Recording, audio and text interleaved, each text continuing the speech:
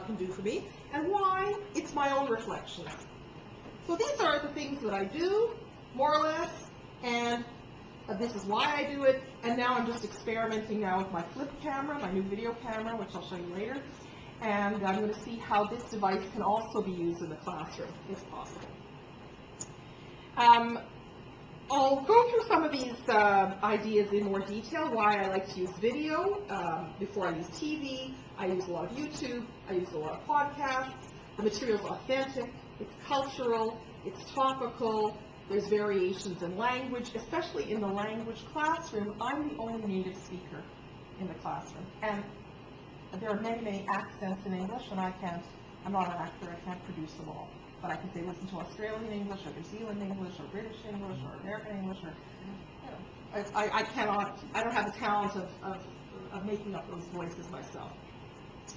Grabs the student's interest, it's visual, it's oral, it's short. So I do a lot of different things, and can be watched and accessed anytime on the web. I'll give you a quick example. I wanted my students to write a paragraph learning how to use compare and contrast. And a lot of the topics for compare and contrast are things like living in the city, living in the country, living at home, living with your parents, really boring topics. And when I heard about living in the city, living in the country, I thought, wait a minute, there was a TV show many years ago about a guy who wanted to move to the country, Green Acres. And you all know the song, Green Acres is the place. Well, guess what? You can find that clip on YouTube. Okay? And what's her name? Ava Gabor? Yeah. She's like the Paris Hilton, right? She's like, no, I don't want to live in the country. It's good. And right away, I have for my students, they look at this and they laugh, but I think, what does he want and what does she like? What does he like and what does she dream of? So this idea of contrast right away. So I did a whole class like this. I'm not sure how much of this you can see. This is a page from my my course management system, my WebCT page, and these are some podcasts that I've collected or I've created, where it says Sorrel's podcast, Teacher's Video and Audio Introduction. I made those myself, except when I did the video, I used a traditional digital camera, and it was there were many, many, many steps to it. It was very complicated. But I'll show you this camera, and I'm not selling it or anything like that. I'll show you that this is something that really could be used. But for the audio, I used just a little device like this. This is just a little audio recorder. But the thing that's amazing is that it's a USB key. So you don't have to take a cable, you don't have to do all that stuff. You talk, you plug, it works. It's great. It's fabulous. And this is about a year old, so I'm sure now there's many, many more things. I collected many others, National Geographic. As I said, I was going to Finland, so that I wanted them to hear about Finland. So there's audio, video stuff. Maybe later we can look at some of these live. We were also talking about Africa, so I had their travel the world. So I collected these, and I put them on this webpage.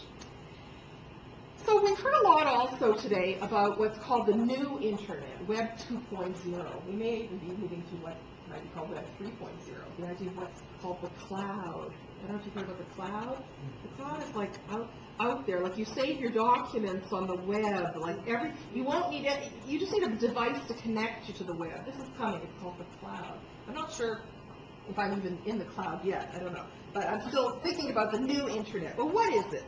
The new Internet is obviously multimedia, multi-sensory, in that it's visual, oral, etc. It's individual and collective. That is, people are creating the material and sharing it, the idea of sharing. And people are sharing all kinds of things, including just this recent story that came out yesterday or the day before about the guy who photographed his kid driving the car and put on YouTube. There's a number of really stupid things in there. One, that he let him do it, then he filmed it, then he shared it with the world. You know, like that's something that I don't quite get. And look what I did. I was really stupid and irresponsible, and you can watch it too. But anyway, that's the point, that there's no editor on the web, more or less. Now, students can be collaborative, and if you're working with anybody who's, let's say, between the age of 12 and 15 or 18, they know, believe me, they already know how to do this. And so they can be collaborative. You need to work with them instead of against them.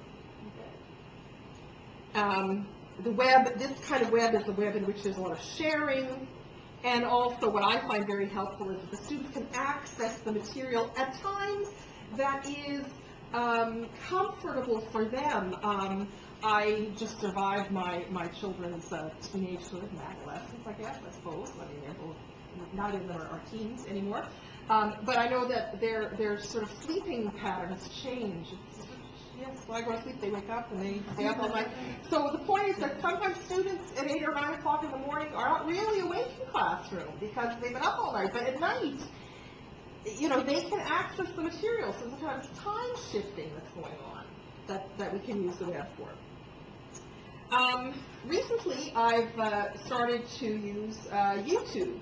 And as I mentioned with my little camera, I've collected all kinds of little videos. I have one or two that I took a couple of weeks ago. I was here at the 1001 Plots, and I took some videos that I'll give you my YouTube channel. You can look at it. And my question for myself is, how can I use this technology in the classroom? Like, how will it be useful? I don't have an answer for you yet, but I can tell you that in September, when I go into the classroom, I'm going to say to the students, you know, I have this device. It's a language classroom. How do you think we can use it? And maybe I'll ask them to tell me. Well, you can, maybe if we talk, you can record us and put us on YouTube, or we can watch ourselves, or maybe we can go out and we can record things, or we can interview. I'm going to get my students to help me understand how it can be used. I'm not sure yet. And so this is the only slide that I'm going to show you that's a little bit jargon-y.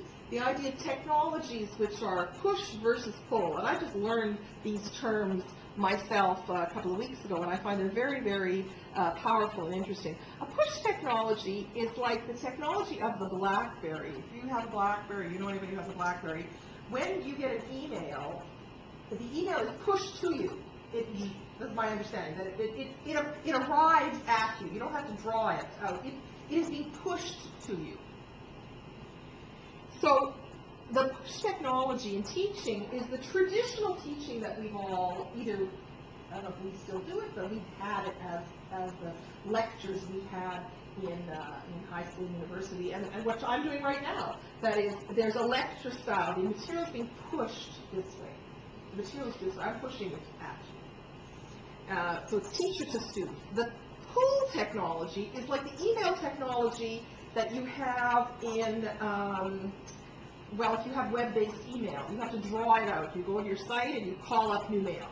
So it's delivered to you. You ask for it and it comes to you. So these are the kinds of things that use this pull technology. Social networks like Facebook, etc. That is, you go into it and you pull out the information. I'm not sure if you're familiar with sites like Twitter, in which people are blogging, you know, in these little one sentences. Delicious, I mentioned before. And there are also questions of sharing. That is, you go into YouTube and you pull out what you want. You don't say, you know, it's not like television, old-style television, which was push, okay, which was really the importance of that technology, television technology, was because the television is a machine that was invented to bring advertising into your home. That's what the TV was for. And so it has to be pushed at you. The advertising is pushed at you, or the show is pushed at you. Now, of course, we have TV on demand and TiVo and all that stuff. It's completely changed the format of that. Another kind of technology that I use is the chat. And I